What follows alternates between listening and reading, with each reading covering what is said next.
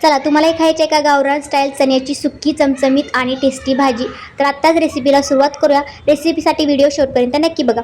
तर हे आहेत गावाकडचे गावरान चणे, जे की मी रात्रभर भिजत घातले होते, छान भिजलेले आहेत. आता याला आपण कुकरमध्ये टाकून 2 शिट्ट्या काढून घेऊया. कुकरला शिट्ट्या होत्या तोपर्यंत आपण बाकीच्या मसाल्याची तयारी करून घेऊया. इथे मी घेतले 2 टोमॅटो, कांदा, लसूण, कढीपत्ता, जिरं, मोहरी, हिंग, गरम मसाला, लाल तिखट आणि हळद आणि चवीपुरतं मीठ. कढईमध्ये तेल टाकून जिरा, मोहरी आणि कढीपत्त्याची फोडणी द्यायची आहे. त्यामध्ये थोडंसं हिंग टाकून लसूण आहे तो ठेचून टाकायचा आहे आणि मग आपल्याला कांदा आणि टोमॅटो आहे ते छान परतून घ्यायचं आहे. त्यानंतर गरम मसाला, लाल तिखट, हळद आणि चवीपुरतं मीठ टाकून थोडंसं परतून घेऊन त्यामध्ये आपण जे भिजवून 2 शिट्ट्या काढून घेतलेले चणे आहेत ते टाकायचं आहे. छान परतून घ्यायचं आहे. 2 मिनटं याला थोडंसं वाफवून घ्यायचं आहे. नंतर कोथिंबीर टाकून मस्तपैकी परतून घ्यायचं आहे आणि आपली सुंदर अशी चण्याची सुकी भाजी, गावरान स्टाईल चण्याची सुकी भाजी आहे ती तयार झालेली आहे.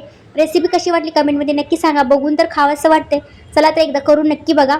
व्हिडिओ आवडला तर लाईक करा, शेअर करा आणि फॉलो अजून केलं नसेल तर फॉलो करायला विसरू नका. धन्यवाद.